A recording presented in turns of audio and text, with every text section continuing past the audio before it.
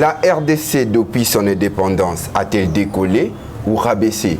Ce sont des questions que va nous répondre aujourd'hui notre invité, mesdames et messieurs, fidèles téléspectateurs de Vitrine 24 Télévision. Bonjour ou bonsoir, ça dépend de l'heure à laquelle vous nous suivez. Et merci de passer ces petits bouts de temps de votre journée avec moi ici sur ces plateaux. Et je ne suis pas seul, bien évidemment. Je suis accompagné de notre invité, Berger Charles, que j'ai dit bonjour. Bonjour, monsieur Rick. Ça sent en forme aujourd'hui. En super forme, oui. Voilà, sans plus tarder, je vous demande en tout cas de continuer massivement à nous suivre sur nos plateformes électroniques, dont YouTube, TikTok, et de nous envoyer des messages comme dernièrement nous avons parlé d'un sujet qui a vraiment fait débat sur le mariage et on a reçu vos messages et nous sommes très heureux de vous voir suivre en tout cas nos différentes plateformes électroniques. Tout de suite, nous allons prendre rapidement une autre question d'actualité. Malgré le contre-campagne mené par les opposants, dont je cite Katumbi, pas seulement les opposants, mais Paul Kagame aussi, les États-Unis aujourd'hui s'est dit ouverts à la négociation sur le contrat minier entre les États-Unis et la République démocratique du Congo.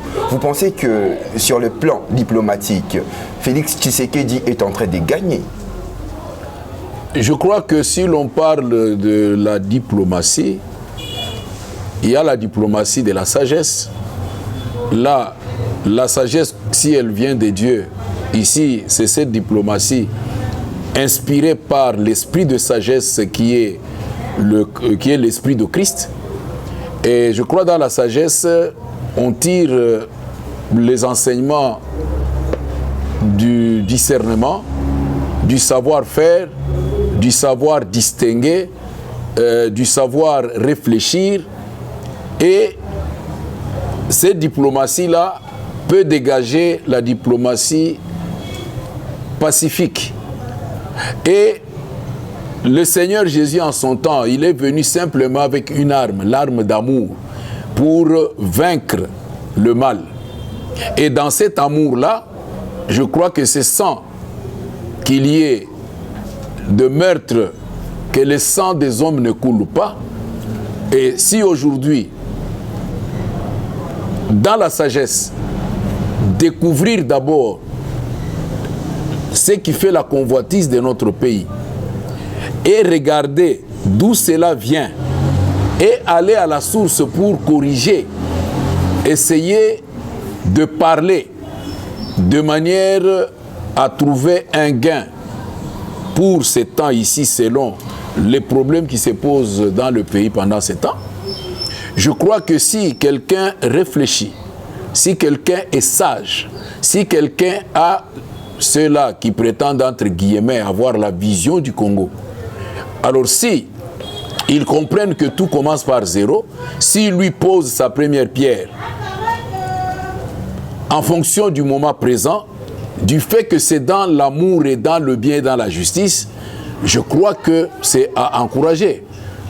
Or, vous avez cité les noms des gens. En réalité, quand on regarde le contenu des idées que ceux-là émettent, j'ai comme l'impression que c'est un manque d'amour, c'est une manière de clochardiser la population dans l'état où notre population est réduite pour commencer à discuter sur les hommes et non sur les événements et surtout sur les idées. Mais en gros, l'idée est bonne.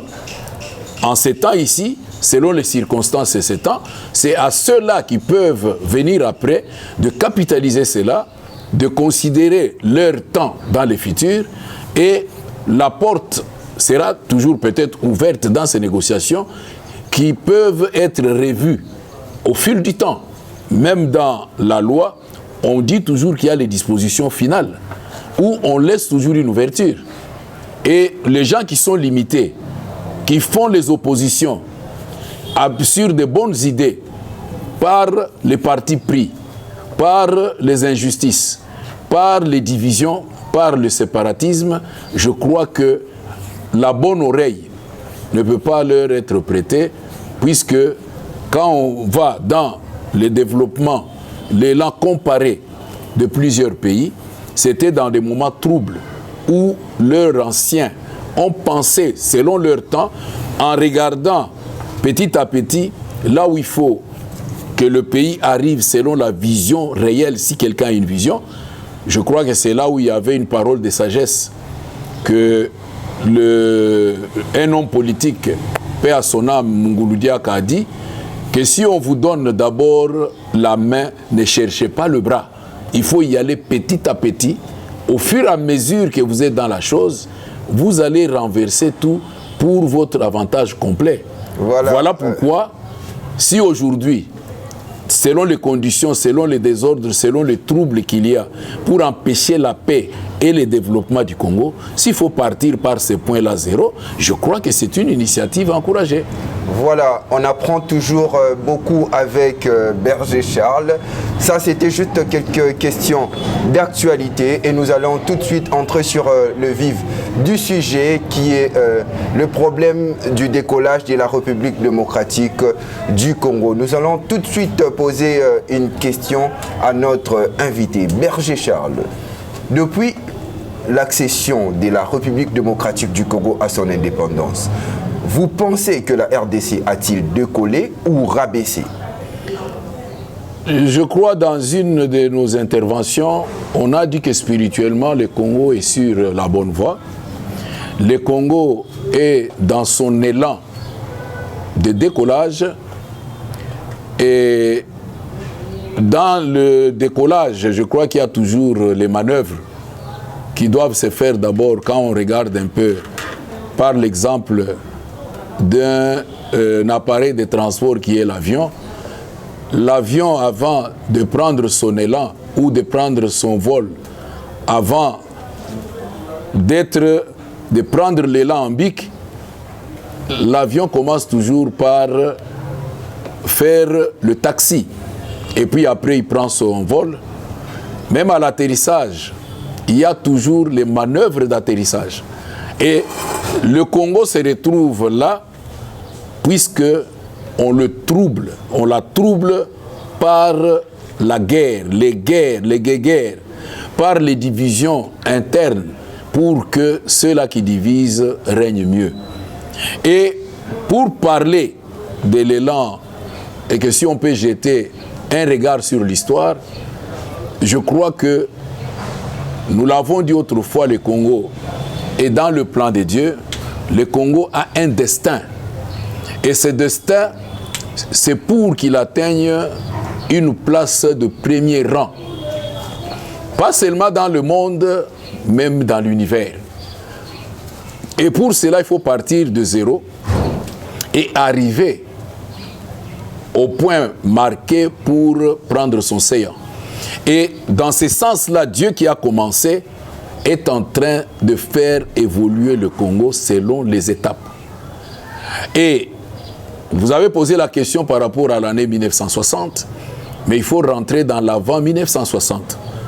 Rappelez-vous, nous avons parlé autrefois du temps... Là, ce n'était pas le Congo, on n'avait pas la possession du pays. Nous parlons de nous à partir de 1960. Un regard sur l'histoire par rapport à ce qu'est le Congo. Il y a eu un temps où nous étions des royaumes dispersés sur cette terre, limités par les frontières naturelles vis-à-vis des autres pays, puisque l'homme qui devait quitter cette terre, bien qu'il avait la pirogue, ne pouvait pas aller sur une autre terre sans traverser les frontières appelées naturelles. Et si nous sommes délimités dans nos frontières en majorité par les eaux en dehors de la terre ferme, je crois que les royaumes qui ont vécu dans cette portion délimitée par les eaux, il y a eu un temps où Dieu a suscité qu'ils soient ensemble, et dans le plan de Dieu, il y a eu un temps pour le mettre en association, il y a eu un temps pour les considérer en tant qu'État, il y a eu un temps pour, malgré qu'il y avait cette jeunesse-là, il fallait les administrateurs, qu'on appelle autrement les colonisateurs, puisque la parole de Dieu nous dit, tant que l'héritier est encore enfant, il ne diffère en rien d'un esclave. Il lui faut des tuteurs, il lui faut des administrateurs. Et quand on rentre dans la parole de Dieu, c'est ce qu'on appelle les colonisateurs. Colonisateurs puisqu'ils sont venus pas pour accomplir le plan de Dieu, comme ceux-là, avec un enfant qui gère une période de régence, en attendant que l'enfant soit adopté, qu'il devienne fils, et eux sont venus avec leurs pensées de dominateurs, de colonisateurs, pour en considérant les autres qui sont inférieurs par rapport à eux. Là, c'est dans la volonté de l'homme qui n'est pas tout à fait correcte selon la volonté de Dieu. Passé cette période-là, nous arriverons aux années 60 où on considère, Dieu considère que voilà, dans son plan, il est devenu majeur, il est maintenant devenu fils adoptif, il peut se gérer lui-même. Voilà comment, s'il a l'âge de répondre par lui-même, maintenant il peut être indépendant. Et dans cette indépendance, il y a 3 axes. Il y a l'axe politique, donc le droit de se gouverner. Il y a l'indépendance économique.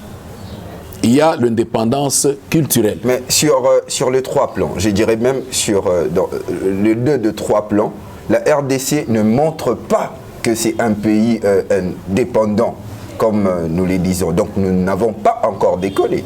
Sur le plan politique et économique, surtout. Nous ne sommes pas indépendants du tout. Oui, si vous dites cela, mais moi je vous parle de l'élan du Congo, de l'évolution du Congo, par cette assertion autrefois que j'ai dit que sur le plan spirituel, le Congo évolue très bien dans le temps de Dieu, et c'est là, dans le spirituel, Dieu agit en temps réel.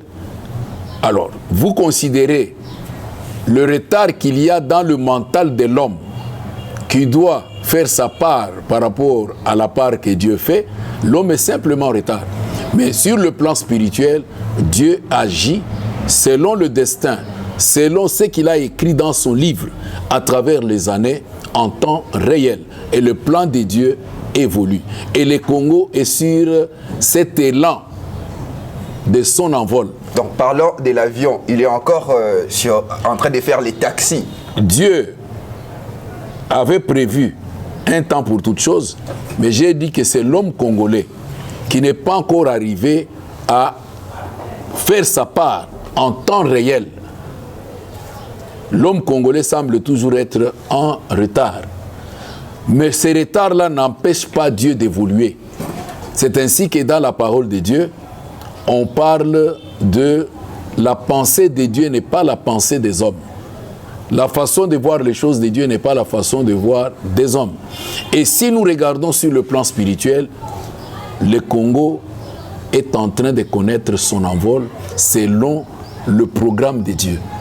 Mais puisque cela doit se concrétiser sur la terre, où il faut maintenant l'homme pour qu'il fasse sa part en étant ouvrier avec Dieu, c'est là où quand nous regardons par rapport aux hommes, nous sommes découragés, nous croyons que rien ne va, mais en réalité, devant Dieu, tout va très bien et selon ce que Dieu a programmé dans le temps. Le problème de l'homme, c'est de ne pas savoir racheter le temps, c'est de ne pas savoir en quel temps nous sommes. C'est ainsi que le Seigneur a dit aux hommes, en son temps, vous savez discerner le sens de... Quand vous observez le ciel, quand il y a un vent du sud, vous savez discerner qu'il va faire chaud. Ce qui se forme, vous savez qu'il y aura la pluie, mais vous ne savez pas discerner, comprendre le sens du temps présent. Et c'est là la difficulté qu'il y a dans l'homme, c'est de ne pas comprendre le sens de son temps, de sa génération, pour faire ce qui est conforme à sa volonté, à sa génération, préparer ce qu'il faut pour la génération future. C'est cette difficulté-là. Je vais prendre une petite question rapidement. Qu'est-ce qu'il faut pour que cette jeunesse comprenne plutôt la sagesse de sa génération? Il faut revenir au Seigneur, puisque Christ est la sagesse de Dieu. Tout à l'heure, vous avez dit que sur le plan spirituel plutôt, la RDC est sur la bonne voie. C'est-à-dire que les gens connaissent Dieu. Mais pourquoi tant de souffrance? Pourquoi on ne comprend toujours pas et vous nous demandez toujours de revenir vers Dieu? Vous avez relevé quelque chose à controverse. Tu as dit, ou vous avez dit, s'il vous plaît, que la souffrance est là. Vous voyez les choses selon les hommes. Mais en réalité, ceux-là qui regardent le Congo autrement, c'est-à-dire le Congo vu du ciel, ils savent que le Congolais a déjà tout à sa portée. Mais il ne reste qu'à l'homme congolais de savoir être ouvrier avec Dieu. Et qu'est-ce qui manque à cet homme d'être ouvrier avec Dieu? C'est de comprendre d'abord le plan de Dieu, découvrir en ouvrant le livre des Annales pour comprendre son temps, et dans son temps, qu'est-ce qu'il est appelé à faire, et il va se limiter où pour transmettre cela aux générations futures. C'est ce qui manque à l'homme congolais. Et que doit-il faire? Rentrer, revenir au Seigneur, arriver à accéder à la sagesse qui est le Christ, que donne le Christ, puisque c'est lui la sagesse, de cette sagesse avoir cette puissance. Et de cette puissance, commencer maintenant à être ouvrier avec Dieu, faisant ce que Dieu veut dans le ciel, sur la terre, et nous allons atteindre en temps réel, au temps marqué par Dieu, le ciel et la terre en étant ensemble dans une même pensée, dans une même direction, pour voir le meilleur se concrétiser sur la terre. Vous avez dit tout à l'heure que la RDC a tout ce qu'il faut. Vous le dites dans quel plan? Enfin, moi, je prends par exemple la RDC a tout ce qu'il faut dans son sous-sol. En tout cas, tout ce que le monde a besoin aujourd'hui, impérativement, si je peux bien oser dire le mot. Mais peut-on, à partir de cela, croire à un Congo nouveau? En ce temps où nous sommes, les alliances que Dieu a faites avec ces pays, cette terre, et avec les hommes qui ne comprennent pas encore, c'est une alliance éternelle. Et je crois, nous l'avons dit, si nous savons lire les sens des signes, on a parlé de 2009, au mois de septembre, il y a eu des signes qui ont apparu dans le ciel. L'arc-en-ciel entier qui a encerclé le soleil. Et au mois de novembre, l'arc-en-ciel entier, je parle de l'année 2009, qui a encerclé la lune. Mais c'est le signe de l'alliance que Dieu a fait par la lumière d'avec cette terre et d'avec les hommes de cette terre. C'est comme ça que nous devons être appelés le peuple de l'alliance. Mais qui peut comprendre cela? Qui peut avoir prêté attention à cela pour arriver à comprendre ces choses selon le mental supérieur? Et dernièrement, il y a eu une pluie, je crois, dans une province de notre pays. Et les gens ont vu, en pleine journée, l'arc-en-ciel contourner tout le soleil en entièreté. Et si Dieu a montré ça en 2009, en septembre, cela a apparu en une journée, 3 fois. 9h, 11h et 13h. Et cela a réapparu encore en 2025 ici. Comment nous ne pouvons pas comprendre le sens des signes qui apparaissent dans le ciel, conformément à ce que Dieu nous confirme, à ce que Dieu nous parle. Du temps de Noé, on a vu simplement un signe, l'arc-en-ciel, et on a compris qu'il n'y aura plus une punition comme ça a été sur le déluge. Et les gens sages de ce temps-là l'ont interprété, ont compris le sens. Et nous sommes distraits. Donc le problème, ce n'est pas Dieu. Pour Dieu, tout est programmé, tout est écrit, et Dieu est derrière sa parole, derrière son plan, derrière ce qu'il a écrit pour l'accomplir. Et il l'accomplit dans le ciel, selon le temps et en temps réel. Mais l'homme sur la terre ne saisit pas cela pour être en temps réel, agissant selon le plan de Dieu.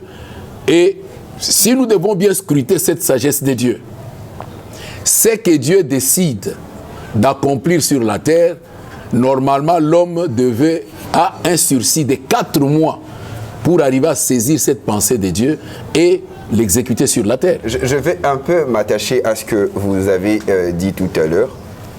Mais il est écrit dans la parole de Dieu que Dieu campe autour de ceux qui le craignent pour les arracher au danger. Vous connaissez d'ailleurs mieux que moi. Mais au Congo, on dirait qu'on ne craignait pas l'Éternel. Mais pourquoi? C'est comme si nous, on était plus favoris que les autres cieux. Ça, je ne comprends pas. Par rapport à ce que vous dites, que le Congo est un pays favorisé par Dieu, ou choisi, comme vous l'avez dit tout à l'heure. Mais pourtant, au Congo, il y a des gens qui ne craignent pas l'Éternel. C'est votre jugement. Je crois que le juste juge, c'est Dieu. Mais nous l'avons rappelé que voilà, le fait que l'homme ne revient pas au Seigneur de tout cœur, de toute son âme et de tout son esprit, nous avons dit autrefois que le vrai problème du Congo, de l'homme surtout congolais, qui doit cultiver cette terre, qui doit la développer, qui doit la garder, il est en procès avec Dieu. Et Dieu nous réclame avec jalousie ce qu'il nous a donné. Et la jalousie de Dieu dans le bien, il veut que nous nous détournons du mal et que nous revenons à lui, que nous changeons, que nous soyons transformés pour maintenant que son plan qu'il a prévu s'accomplisse sur la terre. Donc malgré nos ressources et tout ce que nous avons, le Congo n'arrive pas à décoller parce que le Congo n'a pas très bien compris cela, ou l'homme congolais n'a pas tout. Je ne sais pas dans quel cadre vous considérez le décollage. Vous êtes en train de regarder le décollage, c'est vrai, vous n'avez pas aussi tort. Que vos yeux voient pour vous le décollage, sans pour autant réfléchir à votre place, c'est peut-être à vous de le définir pour qu'on sache mieux dans quel cadre tu parles du décollage. Dieu, depuis qu'il a mis le point zéro, le point de démarrage comme l'alpha, il a mis le point final comme oméga, et quand il a commencé à réaliser son plan, selon les desseins de sa volonté, le plan de Dieu évolue. Le plan de Dieu part d'un point de décollage à l'atterrissage. Ainsi de suite, ici, en fonction du temps. C'est l'homme congolais qui n'est pas dans ce temps-là. Et pour que cela se concrétise sur la terre, il faut que l'homme à qui Dieu a confié cette terre, pour la garder, qu'il la garde. Pour la cultiver, qu'il la cultive. Et que la cultiver, c'est la développer. Et je crois que si je peux bien comprendre dans votre pensée, le décollage pour vous, c'est voir le début du développement. Non, la RDC, c'est défendre seule. D'abord, par exemple, aujourd'hui, les États-Unis, menacés par la France ou je ne sais pas, un autre pays, les États-Unis, politiquement, vont se défendre. Mais la RDC revient toujours à recourir aux autres pays, surtout aux pays occidentaux, pour venir à notre secours. On a les capacités de nous défendre nous-mêmes. Et sur le plan économique aussi, on ne sait pas subvenir aux besoins du pays. Je dirais que la RDC n'a pas du tout décollé. Vous continuez à rester, à circoncire votre terme, excusez-moi, de décollage selon ce que vous voulez voir avec vos yeux. Regardez un peu sans ces yeux, regardez avec les yeux spirituels et vous comprendrez peut-être, vous découvrirez c'est à quoi il faut s'en tenir. Recourir à d'autres pays sur la terre. Qui est ce pays qui a connu le temps de la faiblesse, le temps des guerres, le temps du manquement, qui n'a jamais eu le secours de notre pays? Il n'y en a pas.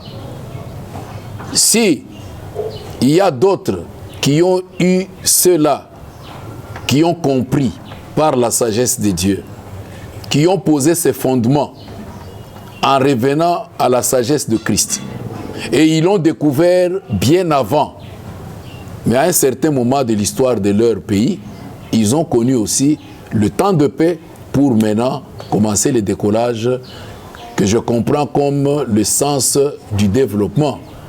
Et si la RDC aujourd'hui, dans les collimateurs de plusieurs convoitises qui ont vu le Congo, qui ont vu l'avenir du Congo et qui se sont préparés pour sa destruction en mettant en place des plans d'empêcher le Congo accéder à sa paix, de la paix pour commencer son développement, Et au fur et à mesure dans le temps, on doit se découvrir, on doit arriver à comprendre et arriver à définir ce qu'il nous faut pour effectivement retrouver cette paix qui nous amène au décollage réel selon la vue et la pensée des hommes. Et devant cette machine préparée bien avant, nous sommes comme les gens pris à partie.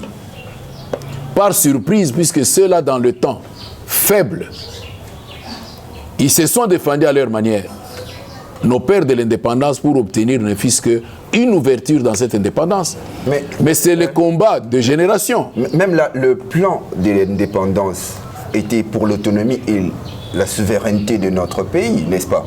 Mais pourquoi cette crise est en train de continuer jusqu'à aujourd'hui? Mais si vous rentrez peu dans l'histoire, je crois qu'on nous apprend qu'il y a eu des gens qui ont prononcé des paroles que vous nous forcez à devenir indépendants de nous, mais sachez que l'après-indépendance sera comme l'avant-indépendance.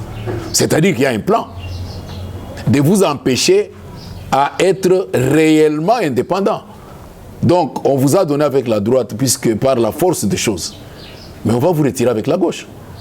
Et c'est ce que nous vivons aujourd'hui. C'est là que nous parlons du décollage. J'espère que vous avez rejoint ma pensée. Pas du tout. Moi, je vois le Congo selon le ciel. Vous voyez le Congo selon la terre. Et moi, je me dis que pour voir le Congo selon la terre, il faut que l'homme soit ouvrier avec Dieu. Pour que l'homme qui attend voir avec ses yeux le décollage, que cela soit effectif. Je ne vous rejoins pas. Mais en tout cas, qu'est-ce que vous pouvez dire sur le fait que, en fait, entre l'homme congolais et le plan spirituel, enfin, Dieu, c'est lui, le maître, c'est lui qui a promis le Congo pour un bel avenir. Mais pourquoi le Congo ne décolle toujours pas? Vous demeurez sur le terme décollage. Enfin, moi, je rentre. Ne développe pas. Le Congo vu du ciel évolue en temps réel selon que Dieu... Mais on doit le voir et le palper. C'est ça le problème. Malheureusement, moi, Dieu me dit, marchez par la foi, vivez par la foi, et la foi et l'espérance, la foi est une promesse, et il faut savoir combattre dans le combat de la foi, le véritable et bon combat de la foi, en gardant la bonne conscience. Demeurer dans ce que Dieu a dit, et combattre dans la chair. Combattre dans la chair en étant avec Dieu pour voir Dieu réaliser ce qu'il a promis.